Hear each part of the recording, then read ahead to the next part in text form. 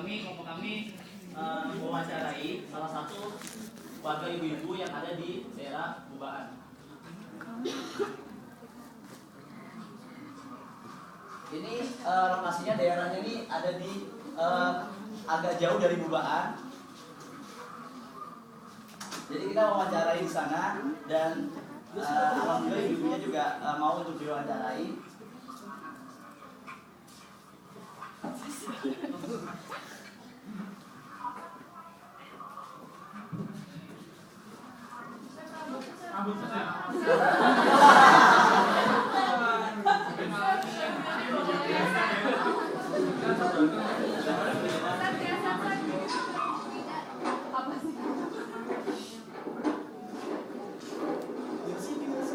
Jadi intinya teman kami yang bernama Yosi menanyakan dampak negatif dari daerah agak jauh dari Bubaan ini. Apakah warga di sini terkena dari dampak negatifnya atau tidak?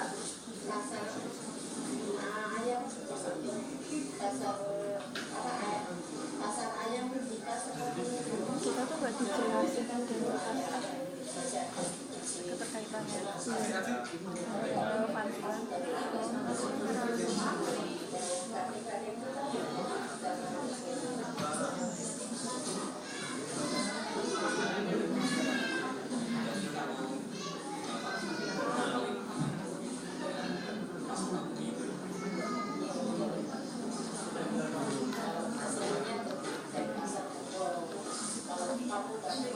gimana itu Bubakan?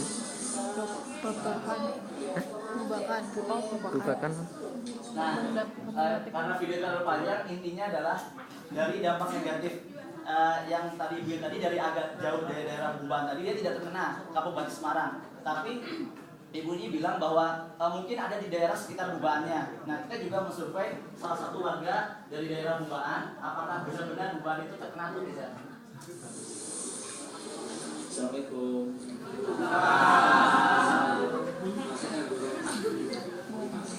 Dari Undip.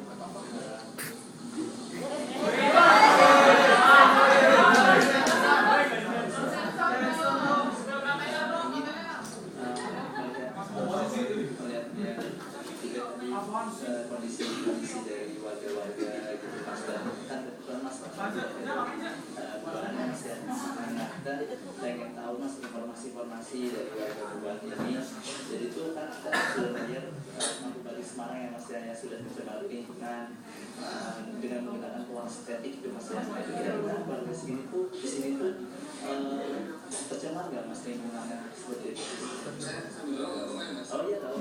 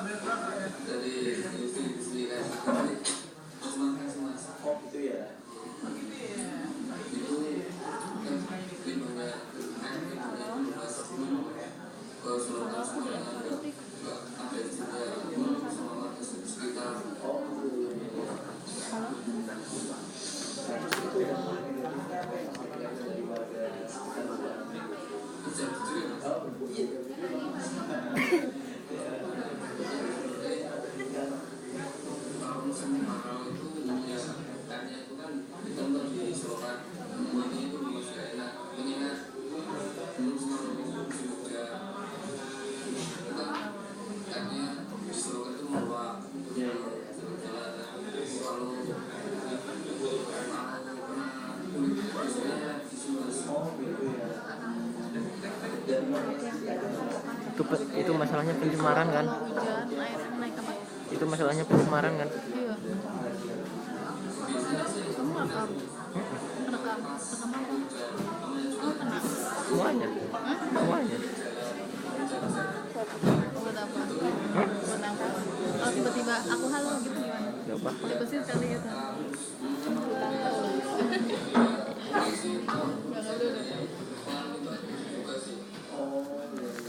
Terus untuk dari pemerintah sendiri mas atau mas itu Video ya.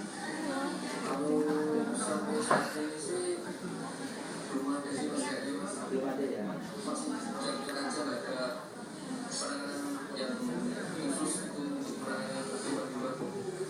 Kalau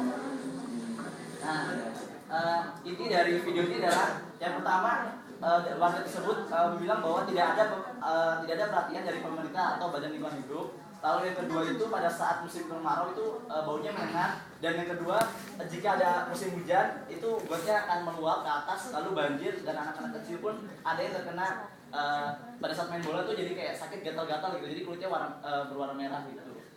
Ini dari warga Bubaannya. Nah, kita juga ingin tahu apakah benar itu fakta dan datanya itu apa benar dari pewarsi ketika itu atau tidak, apakah dari limbahnya itu mengandung logam-logam berat seperti Fe atau tidak. Nah, kita di sini melakukan yang ada di daerah Buban, Sungai Johana itu yang menyatu di daerah Buban. Kita mengambil sampel lalu kita menganalisa di analisa laboratorium.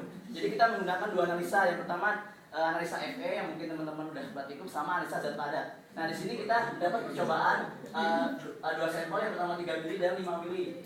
Ini dua percobaan ini salah satunya cuma untuk cadangan aja, siapa tahu nanti ada kekurangan atau gimana. Nah, di sini didapat absorbasinya itu 0,713, konsentrasi sama, dan transmitannya itu udah 3,2%.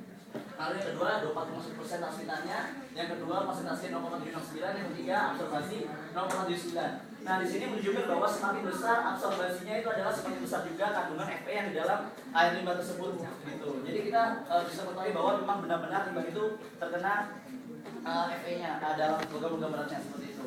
Nah, di sini adalah hasil kandungan logam berat yang sudah dikeringkan. Nah, ini padatannya yang sudah dikeringkan dengan menggunakan analisa zat padat ya, mungkin teman-teman udah praktikum yang digunakan tawas lalu diambil filtratnya. Ini sampel dari limbah yang tadi. Nah, ini adalah hasil zat padatannya yang sudah di oven seperti itu. Nah, ini adalah akibat air yang mengandung Fe. Yang pertama, mual apabila dikonsumsi. Lalu yang kedua, dalam dosis besar dapat merusak dinding usus. Lalu yang ketiga, iritasi pada kulit. Ya, seperti itu. Lalu mungkin dijelaskan selanjutnya. Udah, seterusnya. Lanjut. Oke, lanjut. Selanjutnya faktor penyebabnya itu yang pertama, hukum masih belum bisa berfungsi atau berperan sebagai center of action. Lalu yang kedua, tidak berlakunya asas semua orang di depan hukum. Lalu yang ketiga itu tingginya biaya pengolahan limbah yang tepat, seperti itu. Dan ini adalah analisa faktor penyebabnya. Yang pertama itu hukum masih belum bisa berfungsi atau berperan sebagai center of action, itu artinya ya perbuatan hukum baik yang dilakukan oleh penguasa maupun individu harus belum dapat dikembalikan pada hukum yang berlaku. Lalu yang kedua, tidak berlakunya asas semua orang di depan hukum. Untuk menegakkan asas hukum dengan ciri tersebut diperlukan pilar-pilar penyangganya. Semakin kokoh pilar-pilar ini, semakin tegak asas hukum, dan sebaliknya. Semakin lemah pilar tersebut, maka semakin rapuh asas hukum tersebut. Lalu tingginya biaya pengolahan limbah yang sesuai baku mutu limbah memerlukan biaya yang sangat mahal. Hal ini dilakukan suatu industri dengan menggunakan pengolahan limbah. Mengingat apabila pengolahan limbah dilakukan, maka biaya produksi yang semakin tinggi. Dengan demikian, keuntungan dari industri tersebut akan menurun. Sementara prinsip ekonomi dari substitusi adalah untuk mendapatkan keuntungan dengan pengorbanan minimal.